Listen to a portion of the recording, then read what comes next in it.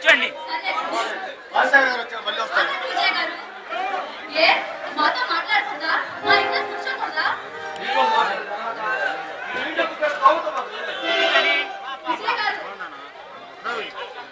మీరు గొప్పవారు.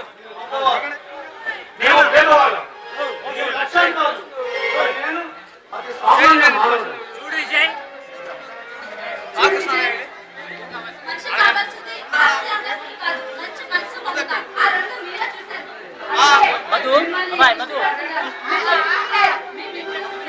జీవిత భాగస్వామి అవుతాను.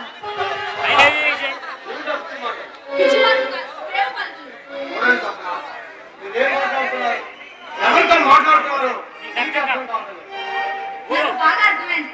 మంచి మనసుగా మాట్లాడుతున్నారని ఈనాడు నాకు అర్థమైంది. మీరు ఒప్పుకుంటే మిమ్మల్ని పెళ్లి చేసుకుంటారు. అమ్మాయి గారు, నన్ను స్వప్నాన్ని పిలవండి. నీకేమన్నా మర్చిపోయిందా? విజయ్, మీరు అలా మాట్లాడితే నేను తట్టుకోలేను. మీలో మంచిగా చూశాను, ప్రజల్లో ఉన్న ఒక గౌరవాన్ని చూశాను. అందుకే మిమ్మల్ని ఇష్టపడ్డాను. దయచేసి నా మాట కాదనొద్దు. ఆకాశంలో వేదికమానిగా ప్రకాశించే నక్షత్రాలు నేను ఈ భూమిలో నిండిన గడిపోవు నక్కకు నాగలోకానికి ఎంత దూరం ఉందో మన ఇద్దరి మధ్య కూడా అంతే దూరంగా నడుచుకోవచ్చు. ఆ నక్షత్రం వచ్చి అగ్ని పర్వతం లాంటి ఆ నక్షత్ర వేడికి కలిగి పువ్వు మారి మసైపోతుంది. అంటే మీ ఉద్దేశం? అంటే మీ అభిప్రాయం నన్ను పెళ్లి చేసుకోవడం కూడా పేదరికం అడ్డొస్తుందంటారా? ఏ స్వప్న మన ఇద్దరు కలతో అసాధ్యం. సమాంతర రేఖలు అంటున్నారు. తెలుసో తెలియకో ఆ రేఖ కలవాలంటే పసిపిల్ల వాడు ఆకాశంలో సంగమాలు ఆశించాలి. చూడండి విజయ్, మీరు ఎన్ని చెప్పినా నేను ఒప్పుకోను. ఎందుకంటే నాకు మీరు కావాలి, మీతో జీవితం కావాలి. దయచేసి నా ఆశల్ని ఆశయాల్ని అడియాసం చేయొద్దు ప్లీజ్. అలా ఆశించడం ఆశించండి పొరపాటు. జడివాన జడివాన కురిశాక ఏమి ఎలా ఇంకిపోతుందో, పొన్నమి రాత్రులు పోయాక అమావాస్య రాత్రి ఎలా వస్తాయో ఈ ఆలోచన కూడా అదే అంతరాయం కలుగుతుందండి. విజయ్, అంటే వాడి హిమబిందులుగా పడినటువంటి అవివేకాలు నిదర్శనం మాత్రం అంటే నేను నిజాన్ని గ్రహించలేకపోతున్నాను. అనుకుంటున్నారా? గ్రహించగలమేమో కానీ ఆలోచన తక్కువ ఉంటున్నాను. కారణం చెప్పండి.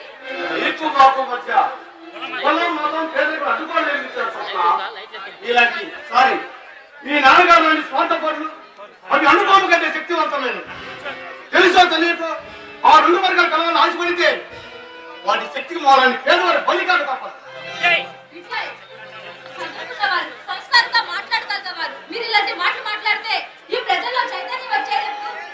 ఈ సమాజం బాగుపడేది ఎప్పుడు? చెప్పండి. సంఘం చైతన్యం అవి ఎలా ఉంటాయో తెలియదు కాదు చొప్పున. కానీ ధనవంతులు పేదవారిని దోచు తిరుగుతారని తెలుసు. మతాంధకారులు కళ్ళు నిన్న కాడగాక కళ్ళు గీసుకొని ఎత్తుతున్నారని తెలుసు. కానీ పేదవారిని మాత్రం సమాజంలో బతకలేవు చొప్పున. కావచ్చు, అవన్నీ చదువుకున్నవారి దృష్టిలో, కానీ నా దృష్టిలో అవన్నీ మీరు పట్టించుకోరు. పొరపడుతుంది మీరుగా చొప్పున. మానవిక సమాజం నిరుపేద వర్గానికి నిలువ నిలవలేనిది సమాజం. శ్రమజీవులు రేయింబోలు కష్టపడినా వారి పట్టనివ్వలేనిది సమాజం. మనిషి బ్రతకడానికి కావాల్సిన డబ్బు, అందరూ ఎక్కడానికి కావాల్సిన డబ్బు, పలుమందిని మెచ్చుకునేందుకు కావాల్సిన డబ్బు, అది లేని వారికి ఈ సమాజంలో స్థానం లేదు, ఈ సంఘంలో విలువ లేదు. కనీసం పేదవాడి స్వతంత్రం బ్రతకడానికి కూడా అవకాశం లేదు తప్ప ఈ లోకం. అందుకే ఆ లోకానికి దూరంగా ఈ సమాజాన్ని హేతుగా బ్రతకాలనుకున్నాను.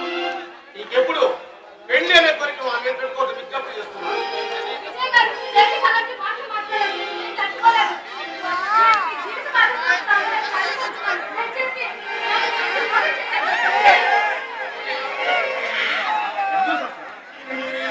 ఏ ఆధారంగా నీ పేదవాడి మీద ఆ ప్రేమను చూపిస్తావు?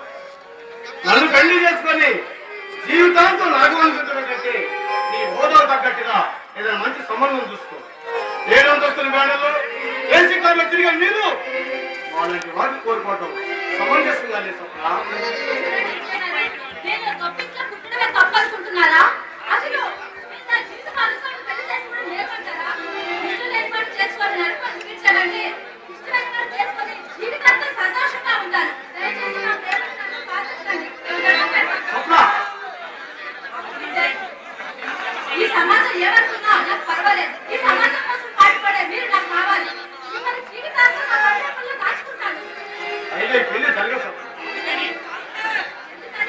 ఇవి మన స్థితిగతులే కాదు. అయితే ఈ ఆస్తి అంతస్తుని వదిలి నా తండ్రిని కూడా వదిలి మీతో వస్తాను. అప్పుడు నన్ను అంగీకరిస్తారా? స్వప్న, కలవారి అమ్మాయి పేదవాడిని ప్రేమించడం ఈ ఒక సంవత్సరంలో లోపల నేరం అవుతుంది. స్వప్న, ఎవరు ఏదనుకుంటే నాకు వాళ్ళతో సంబంధం లేదు. నాకు కావాల్సింది మీరు. చెప్పండి, ఇప్పుడు నన్ను మీరు కావాలనుకుంటే ఈ క్షణం ఇలాగే వస్తాను.